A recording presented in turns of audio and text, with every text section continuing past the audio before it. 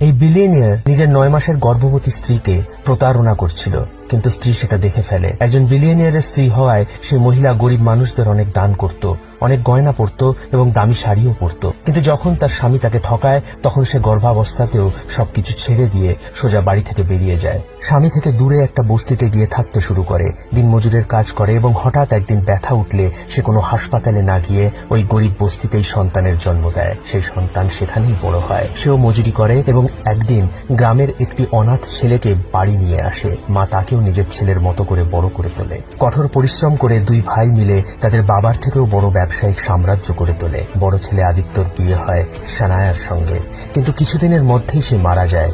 এখন সানায়া গর্ভবতী এবং তার দেওরের উপর নির্ভরশীল।